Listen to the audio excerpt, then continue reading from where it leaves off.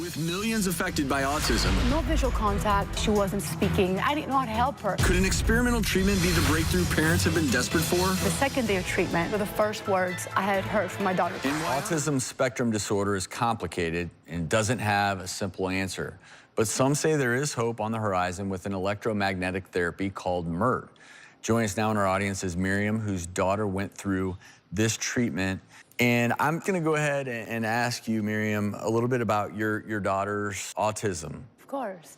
Well, when she was a baby, everything seemed perfect. You know, I was able to take her to the mall in a stroller. We were able to go everywhere.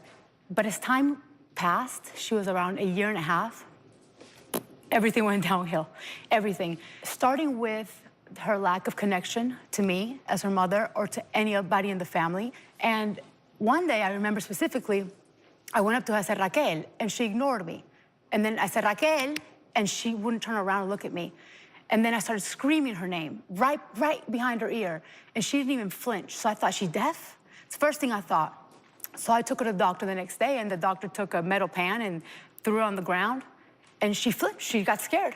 And he goes, congratulations, your kid's not deaf. And I said, well, if she's not deaf, what is she? What do I do? Well, I don't know. So from there, she stopped making eye contact. And I have twins, so it was very easy to compare at that age. One was doing so many things. You know, one started saying words.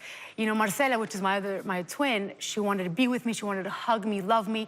Raquel couldn't stand my touch. She was always gone in her own little world. And as time passed, it became worse. It was like a jail that she was trapped into. So no visual contact. She wasn't listening to her name. She wasn't following instructions. Her sister started speaking, she stopped speaking. There was nothing about her that was normal. So as time went on, things got worse because she stopped going out of the house. We couldn't take her out anymore. And so when she was a baby, she was able to go out. And when she was around 3 years old, I took her to a mall, and she screamed so much and cried so much that a gentleman asked me if she needed an ambulance. So we're not talking about like a tantrum, we're talking about full-on blown panic attacks. It almost felt like she was being attacked by the world. I didn't know how to help her, so I just didn't take her out anymore. And when I did want to just be a little stubborn and say, I want a normal day with my family and I want to take her out, she would bite herself because she was so frustrated. Also, you know, by now, she's what, 4.5 years old, she's still wearing a diaper. Our family was in so much pain. And like many moms like Leah, we do so much. I have a list this long of everything I tried, and she wasn't budging. How old was she when she was formally diagnosed? She was formally diagnosed when she was a year and a half with severe autism. Okay. I was told she would have to be put in a hospital eventually because, you know, she was having a hard time. And so you were trying everything, nothing was really helping. I want to ask you when you found out about this treatment we've been talking about called MeRT. Well, okay, so she was 4.5, and I went to see a doctor in Atlanta, Georgia, and he said, listen, Miriam, we've been working together for 3 years. You've done everything I've asked you to do. I can't lie to you, your kid isn't getting better. Why don't you try this at the Brain Treatment Center? This thing's called MeRT. He sort of explained to me what it was, and I just took the airplane, I just went. I wasn't even done with the conversation, I was already at the center. So I show up, and they tell me what they're gonna do. They're gonna do an EEG on my daughter and tell me, get a glimpse of how her brain's functioning. And I have to say, that day alone, for me, it changed my life because you go to so many doctors with your autistic child, you don't have many answers. There's not much research out there, like you said, you pointed out. They were able to tell me who my daughter was. They were able to tell me about her attacks, her anxiety, why she wasn't speaking. It's just, I got answers for the first time just about her brain. Not even about anything that had to do with her diagnosis. Here's your kid's brain. And it just felt so good to have that validation that, okay, I'm not crazy, this is not normal, What happened after MeRT, it just changed our lives. At 4.5 years old, I was gonna throw in the towel. I was tired, I was frustrated, but we did the first day of treatment. I didn't see any change the first day. The second day of treatment, it was amazing. So the first thing we noticed was she was able to go in the car and not cry, which just so you have an idea, we hadn't taken her out of the house unless it was for medical appointments for over a year and a half. So when we're in the car and we stayed an hour away from the center, we were able to take her, and she didn't cry or hurt herself or scream. And I remember holding my breath. I'm like, oh my God, I'm looking at my husband. He's like, don't talk, just in case you startle her.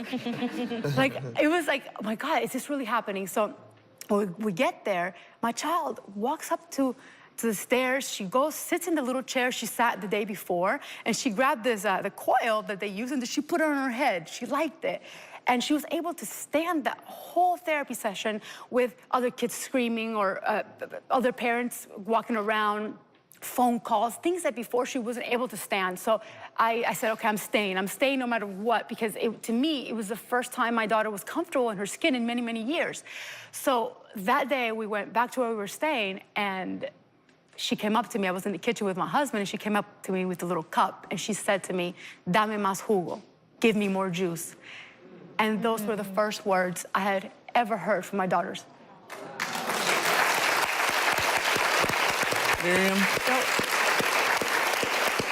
I just need to say really quickly, you may be nervous. I'm very nervous. But you just gave such a wonderful representation of what your daughter has had to go through and what you as a mother have gone through. Thank you for that. Thank you. I want to just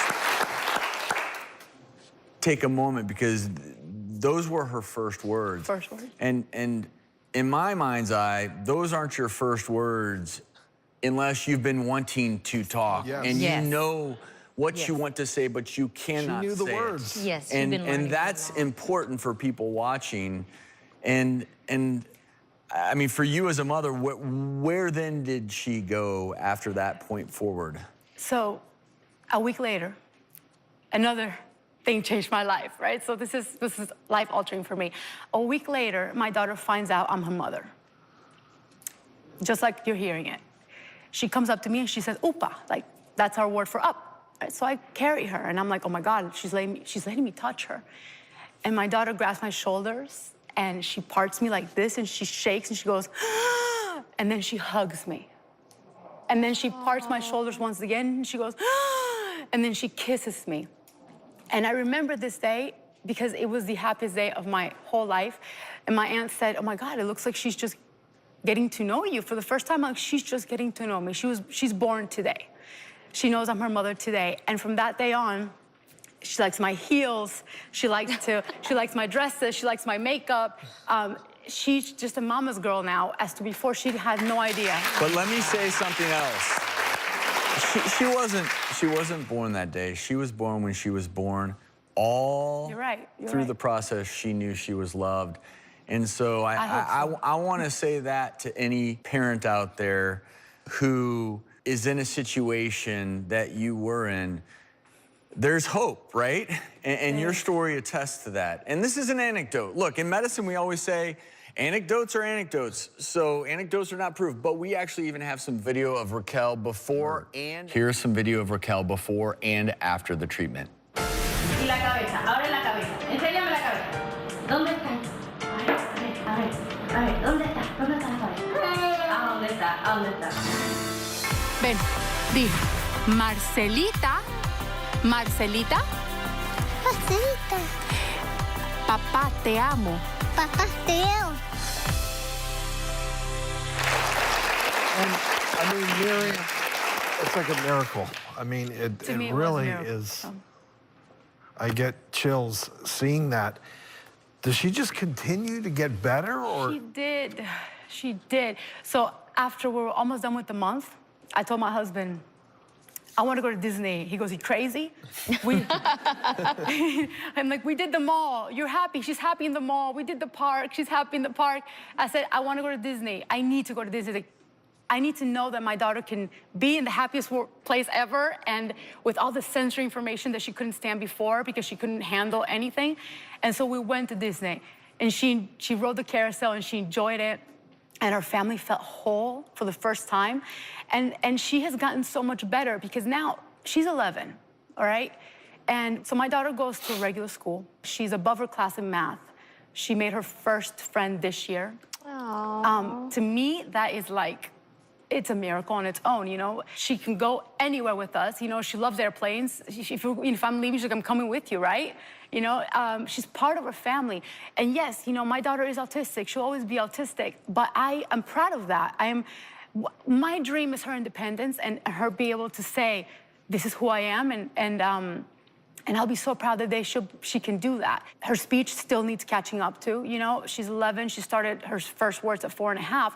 But she can definitely do so much more now than she did before. She's able to like, let's say I went on a trip. That same day I decided to leave, and she was like, wait, you're leaving all of a sudden. Is everything okay? For her to be able to understand these things, like, I never thought possible. And as you told your story, Miriam, about Raquel, what was amazing for me is you couldn't see the people behind you, but every single person behind you was transfixed with the story that you were telling, because it was the story of a mother who was meeting her daughter for the first time.